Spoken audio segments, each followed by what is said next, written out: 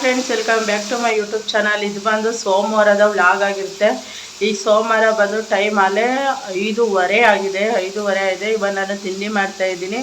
ನಮ್ಮ ಮನೇಲಿ ಒಬ್ಬೊಬ್ರಿಗೆ ಒಂದೊಂದು ಥರ ತಿಂಡಿ ಮಾಡಬೇಕು. ಒಬ್ರಿಗೆ ಉಪ್ಪಿಟ್ಟಾಗಲ್ಲ, ಒಬ್ರಿಗೆ ಶಾವಿಗೆ ಉಪ್ಪಿಟ್ಟಾಗಲ್ಲ. ಹಾಗೆ ಒಬ್ರಿಗೆ ಶಾವಿಗೆ ಉಪ್ಪಿಟ್ಟು ಮಾಡಬೇಕು, ಒಬ್ರಿಗೆ ರವೆ ಉಪ್ಪಿಟ್ಟು ಮಾಡಬೇಕು. ಬನ್ನಿ ತೋರಿಸ್ತೀನಿ. ಆಗಲೇ ಅರ್ಧ ಕೆಲಸ ಮುಗಿಸ್ಬಿಟ್ಟಿದ್ದೀನಿ. ಈಗ ನೋಡಿ ಉಪ್ಪಿಟ್ಟನ್ನ ನಾನು ಮಾಡ್ತಾಯಿದ್ದೀನಿ.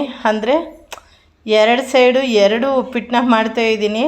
ಯಾಕಂದರೆ ಬೇಗ ಹೋಗಬೇಕಲ್ಲ, ಹಾಗಾಗಿ ಎರಡು ಸೈಡು ಕೂಡ ಬೇರೆ ಬೇರೆ ಉಪ್ಪಿಟ್ಟು ಎರಡು ಥರ ಮಾಡಿ, ಒಂದು ರವೆ ಉಪ್ಪಿಟ್ಟಾಗಿರುತ್ತೆ, ಇದು ಒಂದು ಶಾವಿಗೆ ಉಪ್ಪಿಟ್ಟು. ಗೊತ್ತಲ್ಲ ಉಪ್ಪಿಟ್ಟು ಮಸಾಲೆ ಹೇಗಿರುತ್ತೆ, ಎರಡಕ್ಕೂ ಒಂದೇ ಮಸಾಲೆ ಆಗಿರುತ್ತೆ. ತರಕಾರಿ ಹಾಕಿದ್ರೆ ಸ್ವಲ್ಪ ಡಿಫ್ರೆಂಟಾಗಿರುತ್ತೆ ಅಷ್ಟೇ. ನಾನಿಲ್ಲಿ ತರಕಾರಿ ಏನೂ ಹಾಕ್ತಾಯಿಲ್ಲ, ಸುಮ್ಮನೆ ಸಿಂಪಲ್ಲಾಗಿ ಮಾಡಿಕೊಡ್ತಾಯಿದ್ದೀನಿ ಇಬ್ರಿಗೂ. ಅಂದರೆ ಏನು ಅವರೇನು ಅಷ್ಟು ತಿನ್ನಲ್ಲ, ಸ್ವಲ್ಪ ಸಿಂಪಲಾಗಿ ಮಾಡಿಕೊಟ್ರೆ ತಿಂತಾರೆ. ಅಷ್ಟೊಂದು ತರಕಾರಿ ಎಲ್ಲ ಹಾಕಿದ್ರೆ ತಿನ್ನಲ್ಲ. ಈಗಾಗಲೇ ಒಬ್ರದ್ದು ಉಪ್ಪಿಟ್ಟು ರೆಡಿ ಆಯಿತು. ಯಾಕಂದರೆ ಇದು ದೊಡ್ಡವ್ರದ್ದು ಉಪ್ಪಿಟ್ಟು, ಅವರು ಸಣ್ಣ ರವೆ ಮಾತ್ರ ತಿನ್ನೋದು. ಅಂದರೆ ತೀರಾ ಕಡೆ ದಪ್ಪನೂ ಅಲ್ಲ ಸಣ್ಣನೂ ಅಲ್ಲ, ರವೆ ಸಿಗುತ್ತಲ್ಲ ಆ ರವೆದು ಮಾತ್ರ ತಿನ್ನೋದು. ಮತ್ತು ಇವ್ರು ನೋಡಿ ಶಾವಿಗೆ ಉಪ್ಪಿಟ್ಟು ಇವಳ್ದು ರೆಡಿ ಆಯಿತು.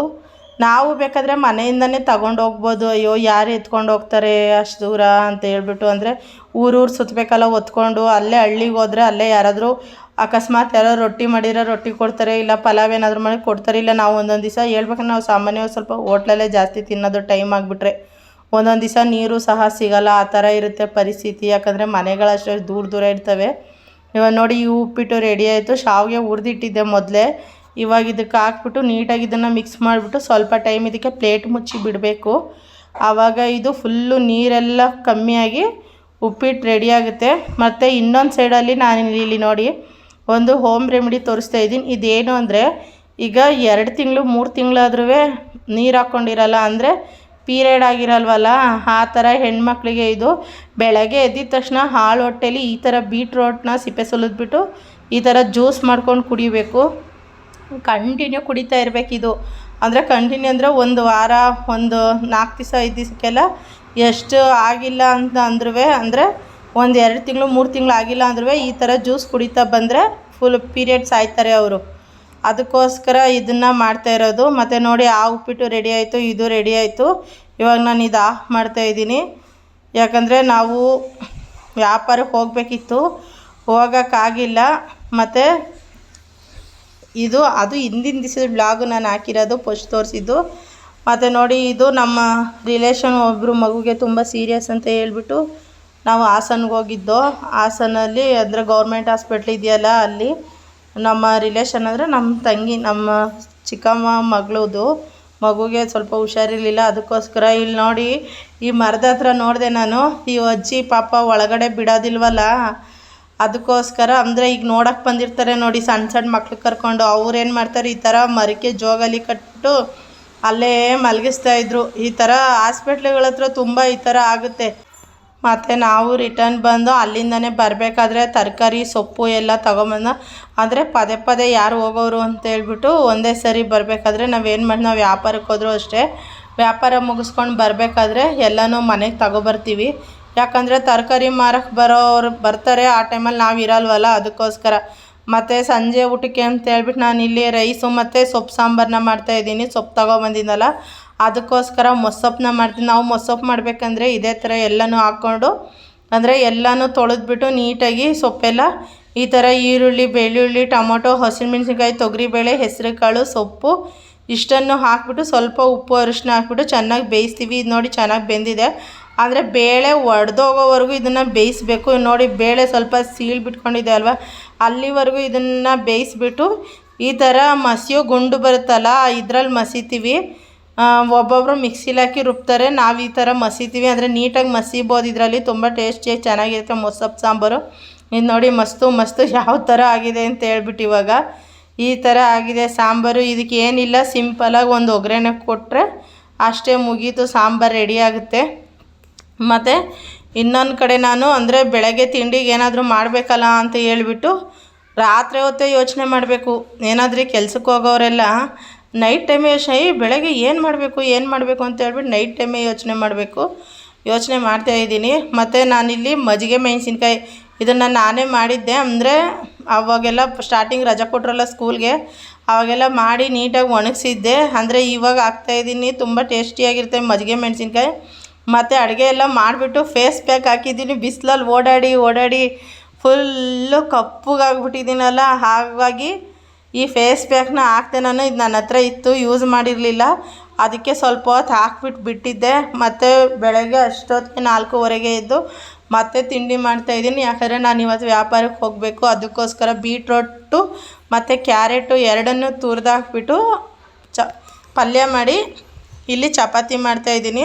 ನಮ್ಮ ಮನೆಯಲ್ಲಿ ಸಾಮಾನ್ಯವಾಗಿ ನಮ್ಮ ಮಕ್ಕಳು ಎಣ್ಣೆ ಹಾಕಿರೋ ಚಪಾತಿ ತಿನ್ನಲ್ಲ, ಡ್ರೈ ಚಪಾತಿನೇ ತಿನ್ನೋದು. ಅದಕ್ಕೋಸ್ಕರ ಅವ್ರಿಗೆ ಡ್ರೈ ಚಪಾತಿ ಮಾಡಿಬಿಟ್ಟು ಕೊಡ್ತಾಯಿದ್ದೀನಿ. ಏನೇ ಆದರೂ ಅಷ್ಟೇ, ಇಷ್ಟೊತ್ತಿಗೆಲ್ಲ ಎದ್ದೇಳಬೇಕಂದ್ರೆ ನಿಜವಾಗ್ಲೂ ಭಾಳ ಬೇಜಾರಾಗುತ್ತೆ. ಅಯ್ಯೋ ನಾನೇನು ಮಾಡ್ತೀನಿ, ಅಲಾರಾಮ್ ಆಗುತ್ತೆ, ಆದರೆ ಮತ್ತೆ 10 ನಿಮಿಷ ಅಂತ ಮಲ್ಕೋತೀನಿ, ಅದು ಹೋಗಿ 20 ನಿಮಿಷ ಆಗೋಗುತ್ತೆ. ಆ ಥರ ಡೈಲಿ ಹಂಗೆ ಆಯ್ತಾ ಇರುತ್ತೆ. ಆವಾಗ ಗಡಿ ಬಿಡೀಲಿ ಅರ್ಜೆಂಟಲ್ಲಿ ಮಾಡೋದು. ಹಸಿಟ್ಟೆಲ್ಲ ನಾನು ನೈಟ್ ಟೈಮೇ ಕಲಸಿಟ್ಟಿದ್ದೆ, ನೋಡ್ತಾ ಇದ್ದೀರ ಇಲ್ಲಿ. ಹಸಿಟ್ಟನ್ನು ನಾನು ನೈಟ್ ಟೈಮೇ ಕಲಸಿಟ್ಟಿದ್ದೆ. ಅದಕ್ಕೆ ಇವಾಗ ಚಪಾತಿ ಒತ್ಕೊಂಡ್ರೆ ಮುಗೀತು, ಪಲ್ಯ ರೆಡಿ ಆಯಿತು, ಆಫ್ ಮಾಡಿದ್ದೀನಿ. ಇವಾಗ ನೋಡಿ ಇಲ್ಲಿ ಚಪಾತಿನ ಬೇಯಿಸ್ಬೇಕು. ಚಪಾತಿ ಬೇಯಿಸಿದ ನಂತರ ಇನ್ನೇನಿದ್ರೂ ನಾನು ರೆಡಿಯಾಗಿ ಹೊರಡೋದಷ್ಟೇ. ಟೈಮ್ ಆಗಿರೋದ್ರಿಂದ ತುಂಬ ಗಡಿಬಿಡಿ ಆಗುತ್ತೆ. ಯಾಕಂದರೆ ಈ ಮಕ್ಕಳು ಅಷ್ಟೊತ್ತಿನಲ್ಲಿ ಹೇಳಿದ ಮಾತು ಕೇಳೋದಿಲ್ಲ. ಅಯ್ಯೋ ಎದೋಳಿ ಅಂತ ಕಿರಿಚ್ಕೋತಾ ಇರಬೇಕು. ಇದ್ರಲ್ಲಿ ನೋಡಿ ಗ್ಯಾಸನ್ನು ಕೂಡ ನಾನು ಜಾಸ್ತಿ ಇಟ್ಬಿಟ್ಟು ಚಪಾತಿನೂ ಸ್ವಲ್ಪ ಸುಟ್ಟಾಕ್ಬಿಟ್ಟಿದ್ದೀನಿ. ಪರವಾಗಿಲ್ಲ, ಅಡ್ಜಸ್ಟ್ ಆಗುತ್ತೆ, ನಾವೇ ತಿನ್ನೋದಲ್ವಾ ಅಂತ ಹೇಳ್ಬಿಟ್ಟು. ಇವಾಗ ನೋಡಿ ನಾನು ರೆಡಿಯಾಗಿದ್ದೀನಿ. ರೆಡಿ ಆಗೋದು, ಅಯ್ಯೋ ಈ ರೆಡಿ ಆಗೋದಕ್ಕೆ ಏನು ಒಂದು ನಿಜ, ನಾನು 4:15ಗೆ ಎದ್ದರೆ ಬೇಗ ಒಂದು 5:45 ನಮ್ಮ ಮನೆ ಕೆಲಸನೇ ಆಗೋಗುತ್ತೆ ಹೇಳ್ಬೇಕಂದ್ರೆ. ಇವಾಗ ರೆಡಿಯಾಗಿ ಆಯಿತು. ಇವಾಗ ನಡ್ಕೊಂಡು ಹೋಗಬೇಕು. ನಡ್ಕೊಂಡು ಹೋಗಿ ಬಸ್ ಹತ್ತಬೇಕು. ಇನ್ನು ನಡೆಯೋದಿದೆಯಲ್ಲ, ಇದೇ ಭಾಳ ಕಷ್ಟ. ಏನು ಮಾಡ್ತೀರಾ, ಇಲ್ಲೂ ನಡಿಬೇಕು ಬಸ್ ಸ್ಟ್ಯಾಂಡ್ವರೆಗೂ. ಮತ್ತು ಅಂದರೆ ಬಸ್ ಸ್ಟಾಪು, ನಮ್ಮ ಮನೆಯಿಂದ ಬಸ್ ಸ್ಟಾಪ್ ಸ್ವಲ್ಪ ದೂರ ಇದೆ, ಅಲ್ಲಿವರೆಗೂ ನಡ್ಕೊಂಡು ಹೋಗಿ. ಮತ್ತು ಬಸ್ ಹತ್ತಿದ ತಕ್ಷಣ ನಾನು ಮಾಡೋದೇನು ಗೊತ್ತಾ ಅಂದರೆ, ಬ್ಲೌಸ್ಗಳೆಲ್ಲ ಯಾವ್ದ್ಯಾವ್ದಿದ್ದಾವೆ ಯಾವ್ದ್ಯಾವ್ದಿಲ್ಲ ಇವೆಲ್ಲ ರೆಡಿಮೇಡ್ ಬ್ಲೌಸ್ಗಳು ಇವೇ ಜಾಸ್ತಿ ಓಡೋದು ನಮ್ಮ ಹತ್ರ ಹೇಳ್ಬೇಕಾದ್ರೆ. ಇದನ್ನು ತುಂಬ ಇಷ್ಟಪಟ್ಟು ತಗೋತಾರೆ. ಒಂದು ಬ್ಲೌಸ್ ಹೊಲಿಯೋಕ್ಕೆ ನಾವು ಎಷ್ಟು ದುಡ್ಡು ಕೊಡ್ತೀವಿ ಅಲ್ವಾ. ಇದು ನೀಟಾಗಿ ಕೂತ್ಕೊಳ್ಳುತ್ತೆ. XL, XXL, ಜಾಸ್ತಿ L ಸೈಜು ಎಲ್ಲ ಜಾಸ್ತಿ ಮಾಡ್ತೀನಿ ನಾನು ಇವನ್ನ ಸ್ವಲ್ಪ. ಅದಕ್ಕೋಸ್ಕರ ಇದು ಸುಮ್ಮನೆ ಪ್ಲೈನು, ಅದಾದರೂ ಸ್ವಲ್ಪ ಡಿಸೈನ್ ಇದೆ. ಅಂದರೆ ಬ್ಯಾಗೆಲ್ಲ ಬಸ್ ಹತ್ತಿದ ಮೇಲೆ ಬಸ್ಸಲ್ಲೆಲ್ಲ ಈ ಥರ ಜೋಡಿಸ್ಕೊತೀನಿ. ಡೈಲಿ ಇದೇ ಕೆಲಸ ಮಾಡ್ತೀನಿ ನಾನು. ಎಲ್ಲ ಒಂದೊಂದು ಕಡೆ ನೀಟಾಗಿ ಜೋಡಿಸ್ಕೊತೀನಿ. ಅಂದರೆ ಇವತ್ತು ಇಷ್ಟು ಮಾರಿದರೆ ಒಂದು ಸ್ವಲ್ಪ ಐಟಮ್ ತೊಗೋಬೇಕು. ಮತ್ತು ಸಂಜೆ ಬಂದುಬಿಟ್ಟು ನಾನು ತೋರಿಸ್ತೀನಿ ಅದನ್ನು ಸಹ. ನೋಡಿ ನೈಟಿಗಳು 3 ಇದ್ದಾವೆ. ಇವಾಗ ಬಸ್ ಹೊರಡ್ತಾ ಇದೆ, ಹೋಯ್ತಾ ಇದ್ದೀವಿ. ನೋಡಿ ವಾತಾವರಣ ಹೇಗಿದೆ ಅಂತ ಹೇಳ್ಬಿಟ್ಟು. ಅಂದರೆ ತೀರಾ ಮಳೆ ವಾತಾವರಣ, ಒಂಥರ ಕೂಲಾಗಿ ಚೆನ್ನಾಗಿದೆ. ಬಿಸಿಲಾಗ್ಬಿಟ್ರೆ ಯಪ್ಪ ಬೇಡಪ್ಪ, ಈ ಹೊರಗಡೆ ಯಾಕಾದರೂ ಬಂದ್ವಪ್ಪ ಅಂತ ಅನಿಸುತ್ತೆ. ಈ ಥರ ತಣ್ಣಗಿದ್ರೆ ಚೆನ್ನಾಗಿರುತ್ತೆ ವ್ಯಾಪಾರ ಮಾಡೋದಕ್ಕೆ. ಇವಾಗ ಬಸ್ ಹೊರಡ್ತಾ ಇದೆ, ಹಿಂಗೆ ನೋಡ್ತಾ ಇರ್ಬೋದು. ನಾವು ಈಗ ನಾನು ನಡ್ಕೊಂಡು ಬರ್ತಾ ಇದ್ದೀನಲ್ಲ, ಇದು 2ನೇ ಊರು. ಅಂದರೆ ಫಸ್ಟ್ ಒಂದು ಊರಿಗೆ ಹೋಗಿದ್ದು, ಅಲ್ಲಿ ಏನು ಒಂಚೂರು ವ್ಯಾಪಾರನೇ ಇಲ್ಲ. ಇದು 2ನೇ ಊರು. ಈ ಊರಲ್ಲೇ ನನಗೆ ವ್ಯಾಪಾರ ಆಗೋದು. ಅಂದರೆ ಈ ವ್ಯಾಪಾರ ಹೇಗೆ ಅಂದರೆ, ಒಂದು ದಿವಸ ವ್ಯಾಪಾರ ಆಗುತ್ತೆ, ಒಂದು ದಿವಸ ವ್ಯಾಪಾರ ಆಗೋದಿಲ್ಲ. ಇದೆಲ್ಲ ತುಂಬ ಅಂದರೆ ತುಂಬ ಒಂದು 3.5 ಕಿಲೋಮೀಟ್ರ್ ಇದೆ ಊರಿದು. ಇದು ಅಲ್ಲೇ ಊರೊಳಗೆ ಹೋಗ್ಬಿಟ್ಟು ನಾನು ವ್ಯಾಪಾರ ಮಾಡ್ಕೊಂಡು ರಿಟರ್ನ್ ಬರಬೇಕಾದ್ರೆ ಮಾಡಿರೋ ವೀಡಿಯೋ. ಯಾಕಂದರೆ ಹೋಗ್ಬೇಕಾದ್ರೆ ತುಂಬ ಇದರಿಂದ ಹೊಂಟೋಯ್ತೀವ. ಅಂದರೆ ಅಯ್ಯೋ ಎಷ್ಟು ದೂರ ನಡಿಬೇಕಪ್ಪ ಅನ್ನೋದಿರುತ್ತೆ. ಅಲ್ಲಿ ಹೋದ್ಮೇಲೆ ಗೊತ್ತಾಗೋದು. ಅಂದರೆ ವ್ಯಾಪಾರ ಆದರೆ ಸ್ವಲ್ಪ ಖುಷಿ ಇರುತ್ತೆ. ವ್ಯಾಪಾರ ಆಗಿಲ್ಲ ಅಂದರೆ ನಿಜವಲ್ಲ ಇಷ್ಟು ದೂರ ನಾವು ನಡ್ಕೊಬಂದು ಏನು ಪ್ರಯೋಜನವೇ ಇಲ್ವಲ್ಲಪ್ಪ ಅಂತ ಅನಿಸುತ್ತೆ. ಯಾಕಂದರೆ ಹೊಟ್ಟೆ ಪಾಡಿಗೋಸ್ಕರ ನಾವು 10 ರೂಪಾಯಿ ದುಡಿಯೋಕ್ಕೆ ಹೋಗಿರ್ತೀವಿ. 10 ರೂಪಾಯಿನೂ ನಮಗೆ ಸಿಕ್ಕಿಲ್ಲ ಅಂದರೆ ನಿಜವಲ್ಲೂ ಮನ್ಸಿಗೆ ತುಂಬ ಬೇಜಾರಾಗುತ್ತೆ. ಈಗ ಇಲ್ಲಿ ವ್ಯಾಪಾರ ಮುಗಿಸ್ಕೊಂಡು ಈ ರೋಡ್ ಸೈಡು ಇದು ಬಿಟ್ಟು ಹೋದರೆ ಮುಂದೆ ಇನ್ನೊಂದು ಊರಿದೆ. ಆ ಊರಿಗೆ ಹೋಯ್ತಾ ಇರೋದು ಇವಾಗ ನಾವು. ಆ ಊರಲ್ಲೂ ಅಷ್ಟೇ. ಆ ಊರಲ್ಲಿ ಏನಂದರೆ 2 ಬ್ಲೌಸ್ ಮಾರಿದೆ. ಅದು ಬಿಟ್ಟರೆ ಬೇರೆ ಇನ್ನೇನು ಮಾರಿಲ್ಲ ನಾನು ಆ ಊರಲ್ಲಿ. ಯಾಕಂದರೆ ನನ್ನ ಹತ್ರ ಫುಲ್ಲು ಅಂದರೆ ಬಟ್ಟೆ ಎಲ್ಲ ಸ್ವಲ್ಪ ಫುಲ್ ಕಮ್ಮಿ ಆಗಿಬಿಟ್ಟಿತ್ತು. ಯಾಕಂದರೆ ನಾನು ಐಟಮ್ ತೊಗೊಂಡು ಅಲ್ಲೇ ಸುಮಾರು ದಿವಸ ಅಂದರೆ ಒಂದು 4-5 ದಿವಸ ಆಗಿತ್ತು. ಅದಕ್ಕೋಸ್ಕರ ಮಧ್ಯದಲ್ಲಿ 1-2 ದಿವಸ ಬೇರೆ ಬಂದಿಲ್ಲ. ಇವಾಗ ನೋಡಿ ಬಸ್ಸು ಹೊರಡ್ತಾ ಇದೆ. ನಾವು ಮತ್ತೆ ಮನೆಗೆ ಹೋಗ್ತಾ ಇದ್ದೀವಿ. ಮತ್ತು ಇಲ್ಲಿ ಸ್ವಲ್ಪ ತರಕಾರಿ ತಗೊಳ್ಳೋಣ ಅಂತ ನಿಂತಿದ್ದೋ, ಇಲ್ಲ ಒಯ್ಯ ನೋಡಿ ಚಕೋತ ಹಣ್ಣು ಹಳ್ಳೀಲಿ ನಿಜವಲ್ವೇ ದಪ್ಪ ಆದರೆ. ನಾನು ನಿನ್ನೆ ಒಂದು ಚಕೋತ ಮರ ತೋರಿಸಿದ್ದೆ, ಅವು ದಪ್ಪ ಆದರೆ ಕಿತ್ಕೊಂಡೋಗಿ ಅಂತ ಕೊಡ್ತಾರೆ. ಒಯ್ಯ 150 ರೂಪಾಯಿ ಹೇಳ್ತಾನೆ. 150 ರೂಪಾಯಿ ಚಕೋತ ಹಣ್ಣಿಗೆ. ನಾವು ಸರಿ ಬೇಡ ಅಂತ ಹೇಳ್ಬಿಟ್ಟು ಮತ್ತೆ ನಾನು ಹೇಳಿದ್ನಲ್ಲ ಬಟ್ಟೆಗಳು ತಗೋಬೇಕು ಅಂತ ಹೇಳ್ಬಿಟ್ಟು ನೋಡಿ ಇವೇ ಇವತ್ತು ತಗೊಬಂದಿದ್ದು ಬಟ್ಟೆ. ನಾನು ವ್ಯಾಪಾರ ಮುಗಿಸ್ಕೊಂಡು ಮನೆಗೆ ಬರಬೇಕಾದ್ರೆ ಅಂಗಡಿಗೆ ಹೋಗ್ಬಿಟ್ಟು ಈ ಥರ ಬ್ಲೌಸ್ಗಳು ಇವೇ ಸ್ವಲ್ಪ ಜಾಸ್ತಿ ಮಾರೋದು. ಆ ಕಡೆ ಒಂದು ದಿವಸ ಸೇಲ್ ಆಯ್ತವೆ, ಒಂದು ದಿವಸ ಸೇಲ್ ಆಗೋಲ್ಲ ಅಷ್ಟೇ, ಒಟ್ನಲ್ಲಿ ಖಾಲಿ ಆಯ್ತವೆ, ಅವೇನಿರಲ್ಲ.